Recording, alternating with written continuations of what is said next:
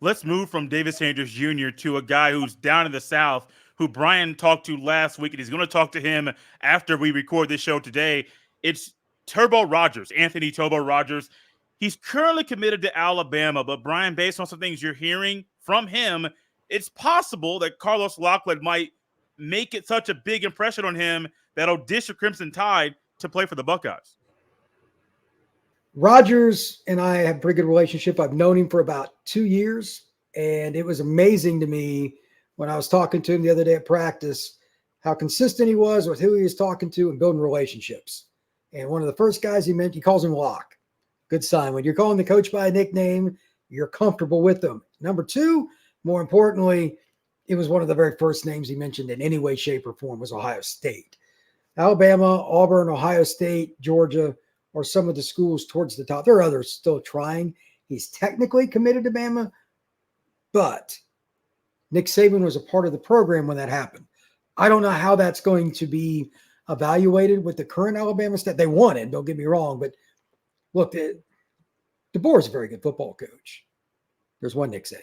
Right. I don't know, like, how would he even be taking visits if Nick was there? That's the first question. I don't know for sure.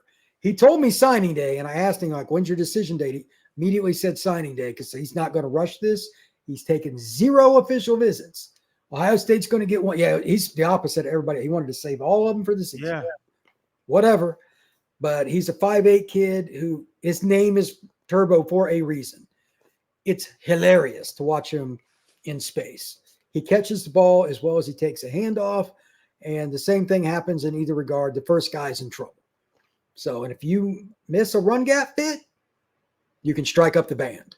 So it's kind of like Anthony Thomas that played at Oregon, that kind of guy. Yeah. I mean, I don't know if he's quite that big. That guy was shot out of a cannon. Yes. But it's in that mold, and he's really strong. He's put together for his size, kind of built like a boxer. Right? He is put together. I think that once he gets into a college weight program, just adds another 5-6 pounds. He's never going to be a massive kid. He'll run between the tackles. He doesn't care. But you get him out there on a screen, you put him in the slot, and they're dumb enough to put a safety on him. There's a million ways that, like, a team like Ohio State, especially now that they got Chip there, he obviously coached DeAnthony Thomas. Mm-hmm. You get guys like that in the slot, you put teams in a lot of flocks. He doesn't even have to touch the football, Jay, and he can still score. That's the difference between winning and losing.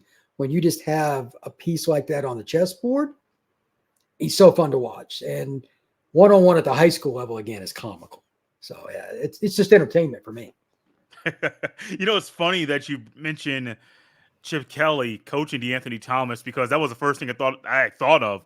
And that went not deeper than the Locklyn connection that they have and the relationship that they've built, but I think they're equally as important. The relationship is great, but knowing the OC at Ohio State has coached a guy like you in college, you already have film on what that guy might do with you.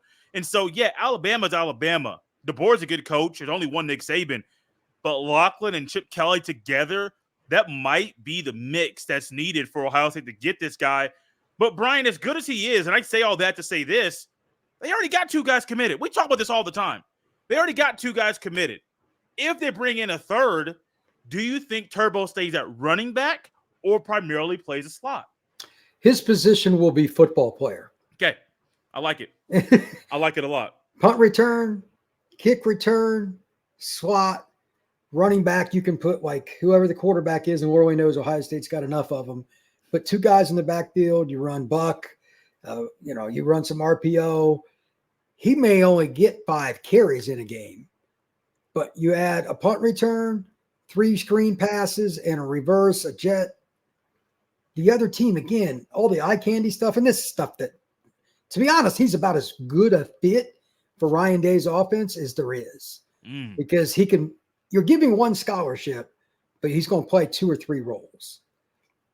Everybody's looking to, maximize, and even though they are allegedly going up to 105 scholarships, however you want to count that, he's a guy that can take away a scholarship that you got to use somewhere else because he could be your number 1 punt returner right away. I'm telling you, the first guy, you better break down and just hope you grab some cloth, because laterally, God gave him things you cannot teach.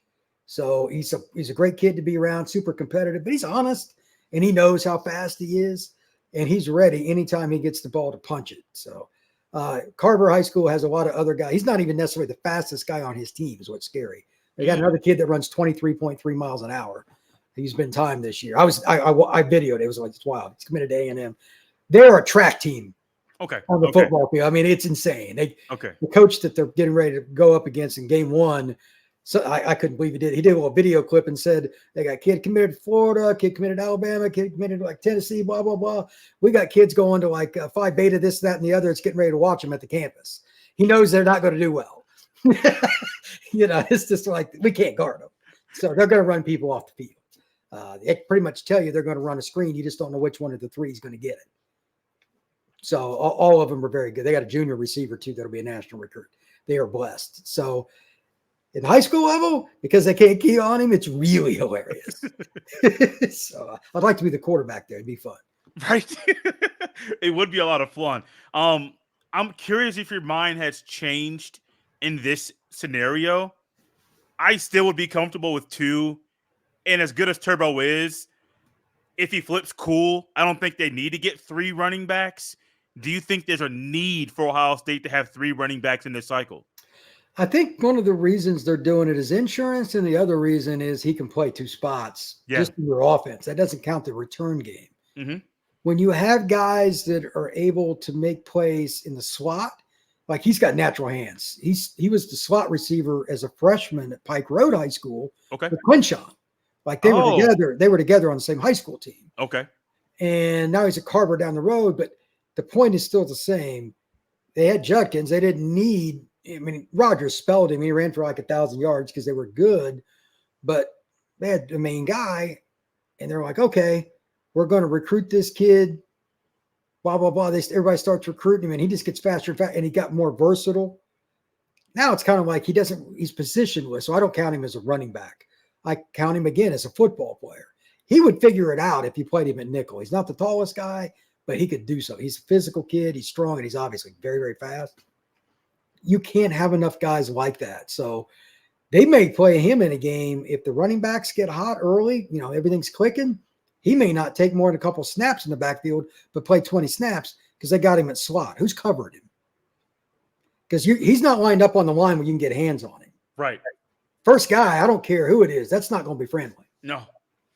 So, yeah, for anybody that hasn't seen it, go check out Turbo Rogers and type in Huddle, HUDL, on your browser. Enjoy.